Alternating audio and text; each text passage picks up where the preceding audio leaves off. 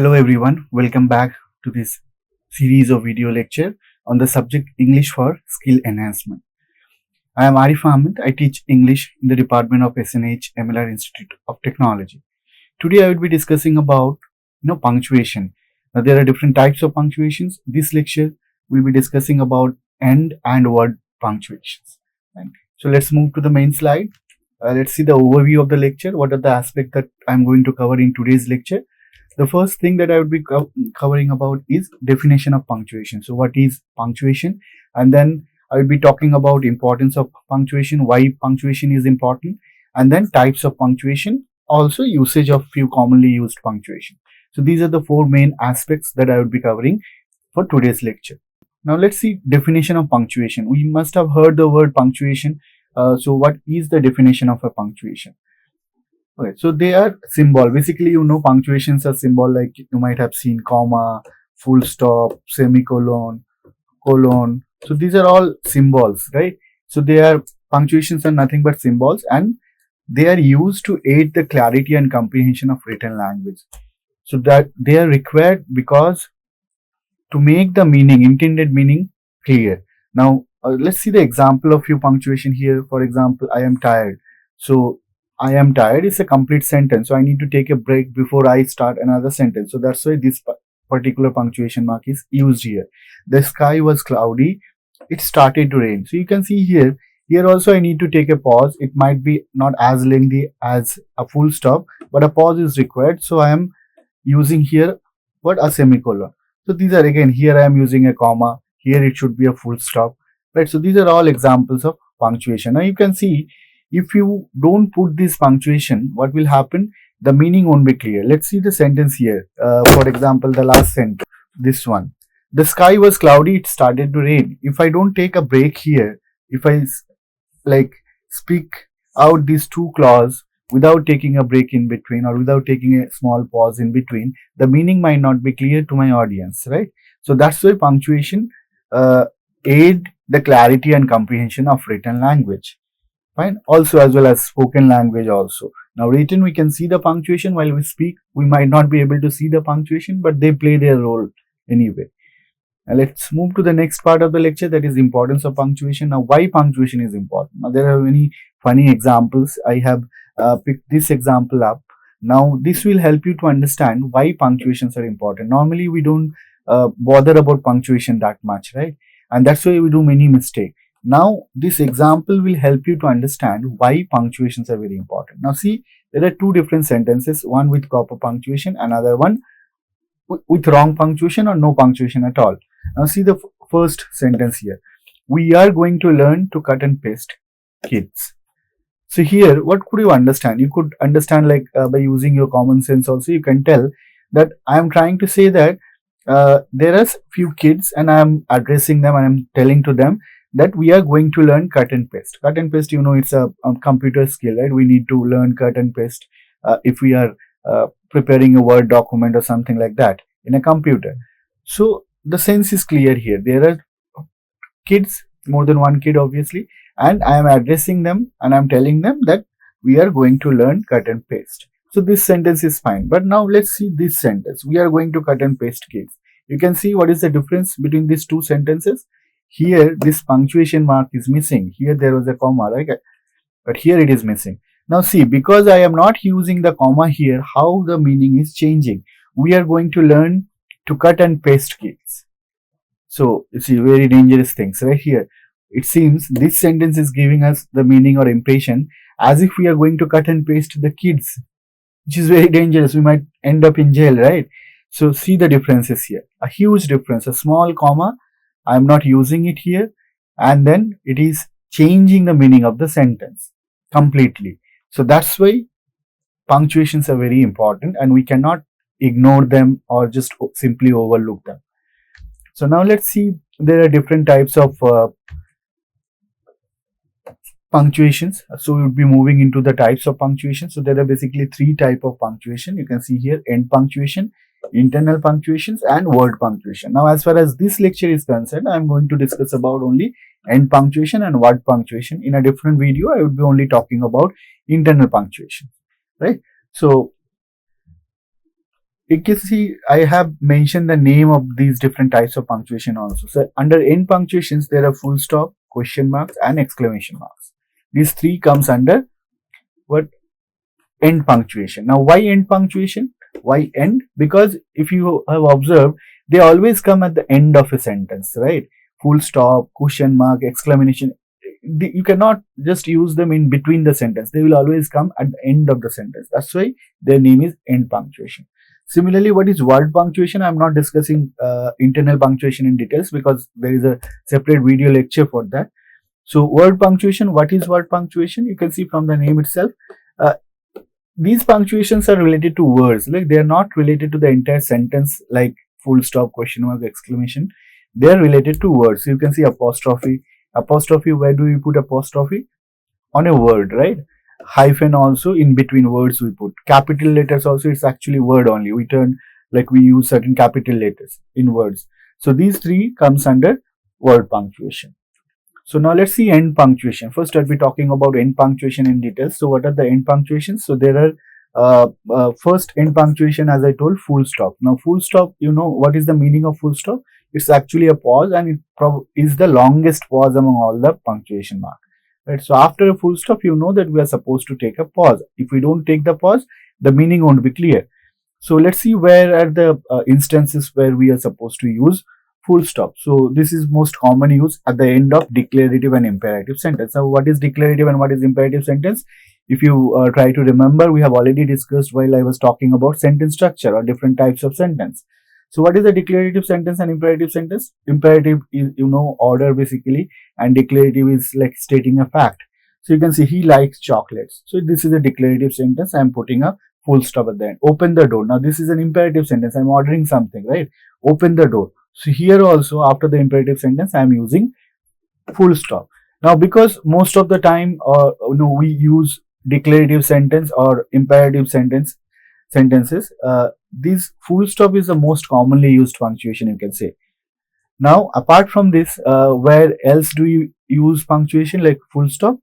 After most of the abbreviation in minutes. So you know when we write abbreviation or initials, we use a full stop. So you can see this is an initials. So after that initials, we are putting a full stop in between abbreviation. So M dot A dot AM antimeridium A and dot. After A and M, we are putting dot. So this is the second usage to separate hour, minute, date from month and year. So it depends. Actually, it's not a fixed, but then it depends. For example, when we write minute, time 1:30 p. 1:30. Let's say if it is 10:30. So how would I write it actually? 10:30, right? So I put a full stop in between.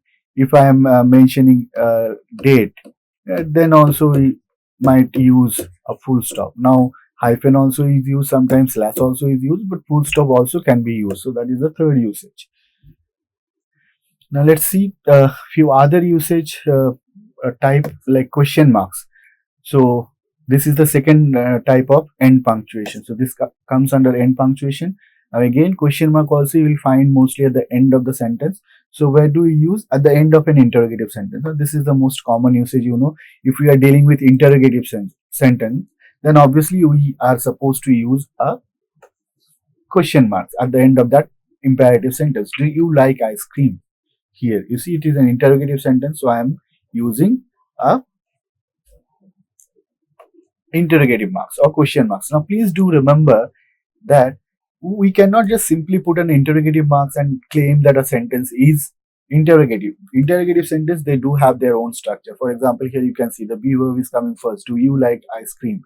Is he playing cricket? So the be verb will go first, right? So that structure you need to maintain. Then second usage after question tags. Now sentences, like there are not only interrogative sentences, sometimes we use tags also in order to convey or in order to put a question. Now see this example. He likes music, doesn't he? So here, doesn't he, it might not be a complete sentence. It's not a complete sentence. So it's a question tag actually, right? So in questions, such question tags also we will be using an interrogative marks. Then after elliptical questions. Now what is elliptical question? It's a shortened form of questions. We don't use the complete sentence. We just make it short. For example, doing well. in trouble? So you can see these are what? Are you in trouble? I am not using the complete sentence. I have just shortened the sentence. So this is called elliptical question. For elliptical questions also we use question marks. Fine. So these are the three major usage of question marks. Now let's see the next type of end punctuation. So what is the next type of end punctuation? Exclamation marks. Now exclamation marks is what? This is the mark you can see. Like this is the symbol of exclamation marks. Now, where do we use them? After an emotional expression. It can be of joy, happiness, sorrow, anything, right? If we are talking about an emotional expression, after that we are supposed to use the exclamation mark. Now, what an exciting match it was. Though yesterday's match was not yesterday, it was one-sided. But for example sake, let's say, what an exciting match it was. So I am expressing my excitement, right? Emotional expression. So that's why I am supposed to put a full stop, exclamation marks here. Similarly, after an interjection or one word exclamation, sometimes we use just a word, single word, they are known as interjection. Now, they also express emotion, our emotions. So you can see here, alas, I lost my purse. Very sad thing. I lost my purse.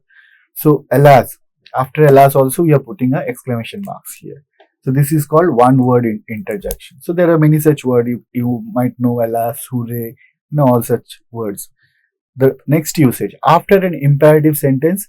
So normally after an imperative sentence, in the previous slides we saw that after an imperative sentence we are supposed to put a full stop. But here I am saying we can use exclamation marks also. But there is one condition. That imperative sentence should be charged with feeling. Like it should not be a simple sentence. Let's say someone must be very angry for that. Okay, it should be charged with feelings. Then only you can use a exclamation marks. Otherwise, you have to use what? A full stop marks. And you can use, please remember that like this imperative sentence can be of one word also. For example, shut up, go, right? So these are all one word. These words itself can work as a sentence. So after these kind of sentences also you can put what? Full stop.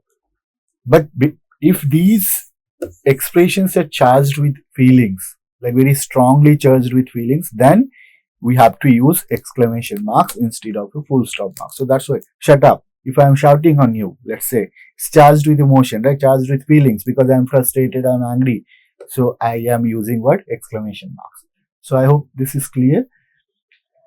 So there are three, once again a quick recap. There are three kind of end punctuation. They are full stop, question marks and exclamation marks. Among these three, mostly we use full stop. Like full stop is the most commonly used punctuation marks. Now let's say next types of punctuation, that is word punctuation. Now I already have explained what is word punctuation. They are related to words. Like instead of a complete sentence, now we would be putting these punctuations on words basically. So let's see, apostrophe, that is the first kind of word punctuation, apostrophe. Now what does apostrophe indicate? Possession. Now for example, I will give one example here, Ram's book. See, apostrophe, Ram's book, right? So this is one thing. What I am indicating here, I am indicating possession. The book is possessed or owned by whom? Ram, right? So please understand that apostrophe, you all know the symbol, it comes over the word, right? Now let's see the usage of this apostrophe. Where do you use them? So to indicate possession, this is one common usage. Suhani's dress. So you can see I am indicating possession. Whose dress it is? It is Suhani's dress. Okay. So here you need to be careful about one thing. Sometimes a name can end in S, right? Now, for example, John Keats. He was a famous, let's say, English poet. So if the word is already ending in S, what we have to do? We can put the apostrophe at the end. Now, this is related to spelling rules and all. You need to be careful about that, right? So where do you put the apostrophe? That is important. So this is for contractions also we use apostrophe. Now what is contraction? Contraction means making something short. Now see here the example, I am, right? So I am using I apostrophe am instead of writing the complete phrase I am. Do not. Here also you can see instead of do not I am writing this don't. Won't. It is actually the full form of like shortened form of will not. So these are known as contractions. So for contractions also we use what? Full stop, sorry, apostrophe. Now here, one thing you need to remember when it comes to it can actually mean two things. It can mean it is also, it can also mean it has, right? So please remember these two things. It's when it comes to it's. Now the last usage of apostrophe while telling time. So you see when we actually tell time to someone, we use this expression, right? 8 of the clock. So o'clock. So you can see instead of telling it is 8 of the clock, what we say? We just simply say it's o'clock. We put up apostrophe here. So for time expression, while we like convey time by using this kind of sentence form, we use the apostrophe here, o'clock. So what is o'clock? Actually, it's kind of contraction only. Instead of saying off the clock, we simply say o'clock. Fine. So let's move to the next kind of word punctuation, that is hyphen. Now what is a hyphen? This is the hyphen, you know. Now where do we use hyphen? Hyphen also is important actually, and they are used extensively. Sometimes we actually use hyphen without knowing why we are using them, or maybe where many times we use them when actually we are not supposed to use them. So let's see the particular usage of hyphen. Where are we supposed to use hyphens? So in compound words. So what is compound words? When multiple words actually come together and form a new word, right? So you can see further in law, 3 words actually came together and they became one word. So these are compound words. So in compound words, to separate the words, we use actually hyphen. Co-education, up to date, preschool, 1/3. Now all these are example of what?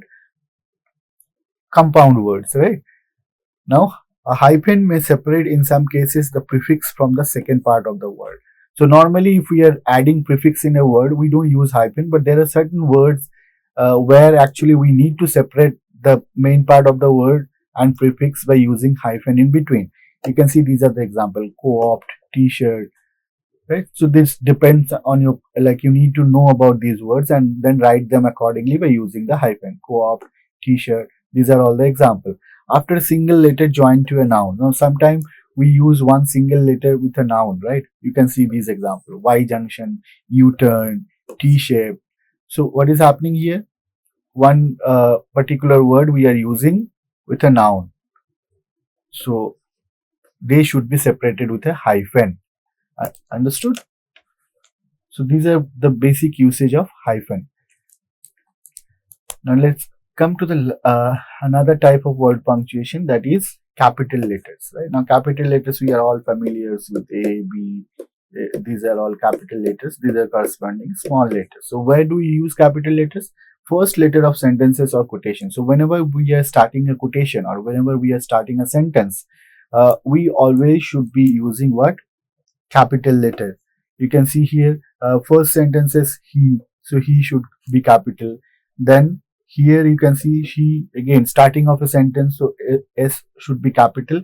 But here I am also using a quotation, so at the starting of the quotation the first word also again should be capital. So proper nouns, or when we are talking about names of certain things, basically proper nouns, and the personal pronoun I, we always use what?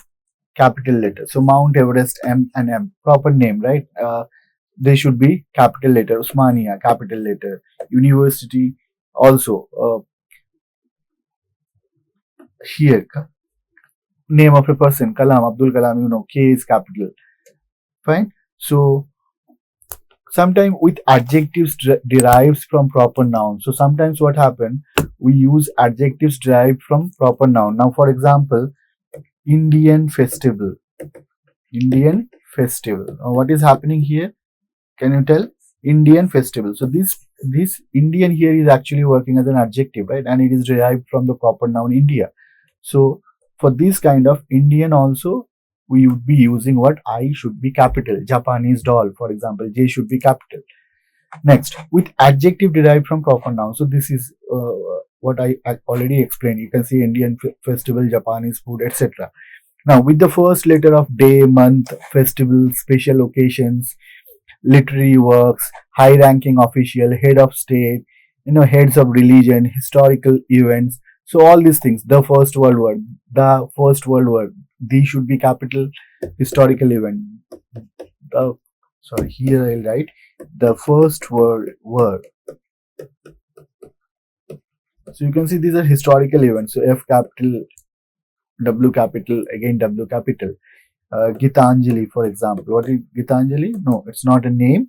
It's a name of a person. It's actually name of a book written by Rabindranath Tagore. So G, capital, name of a book.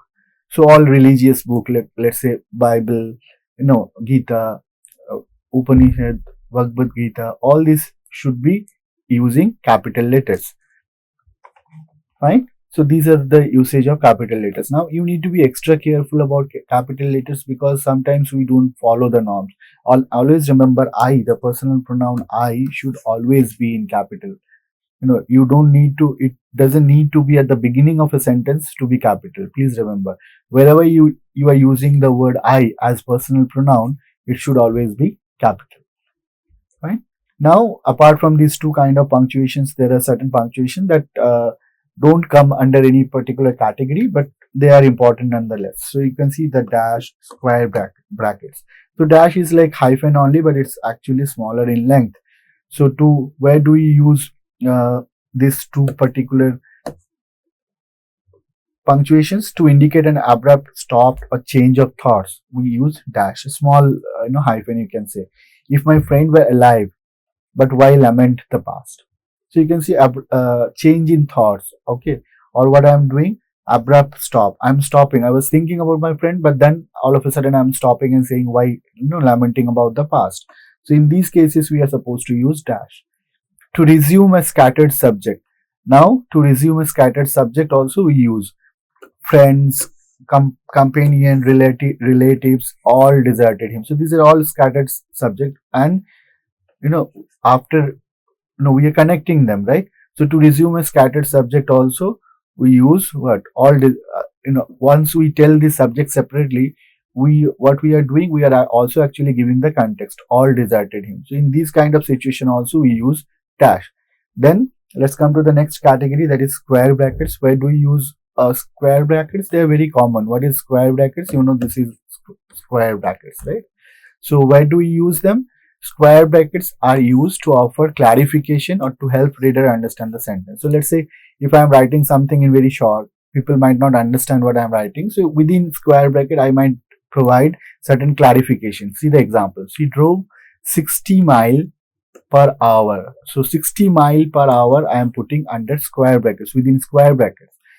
I could have only written she drove 60 on the highway to town. So that might have implied that her speed was 60 km per hour. But now people might not understand.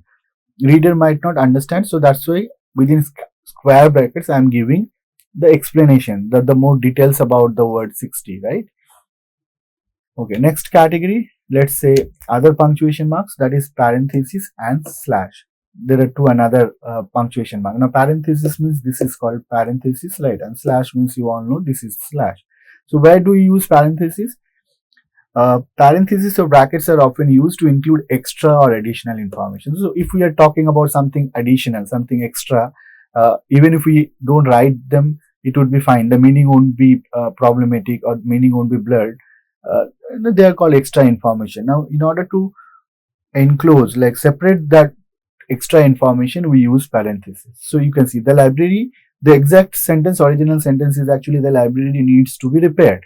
But then I am putting I want to talk about or I want to supply an additional information which was built in the 17th century. Now see, this is one additional information about the library. So I am putting this additional information under parentheses. Next usage of parentheses, let's see. Parentheses gives additional but non-essential information. Again, the same thing. Additional but non-essential. Okay. France, America and Spanish, but not Chinese. Now you can see, but not Chinese. This is an additional information, right? And it is not essential also. The original sentence is France, America and Spanish may be studied here. But I am just telling that, but not Chinese. So I am putting an emphasis that no, Chinese will not be included here. So this is an additional information. This is non-essential also. So we are putting it under parenthesis. Now let's come to the next end punctuation, sorry, other kind of punctuation, that is slash. Slash is used with fractions. So when we write fraction, 2/3, 1/3, right? We use fractions. Now use a slash to separate the day, month, and a year in date. So when we write date, now this is the most commonly used punctuation actually when we write date in that format. So for example, today is 19th, right? So 19th, 3rd, 25. You can see we are using slash to separate date, month, and year. So these are 4 additional punctuation marks. They don't come under any particular category like end punctuation, word punctuation, or internal punctuation, but they are also equally important. We might not be using them extensively, but yes, whenever we are using them, we need to be careful about their instances. Where are we supposed to use them, right? So what are the takeaway points from today's lecture? Let's see the takeaway points. So we got to know about punctuation marks. Okay, they are symbols that are used in different parts of a sentence, okay, to indicate a pause or break. That is one important takeaway points from today's lecture. Now you also got to know that because they are related to pause or break, they indicate pause or break, what will happen if we don't use them or we misuse them in wrong place? The meaning might get affected badly. So this is one thing you need to remember. They play pivotal role in conveying the intended message clearly. So because they are important, as I told, they play a very important role in conveying the meaning clearly. If you misplace them or if you don't use them correctly, what will happen? The meaning might get blurred or distorted.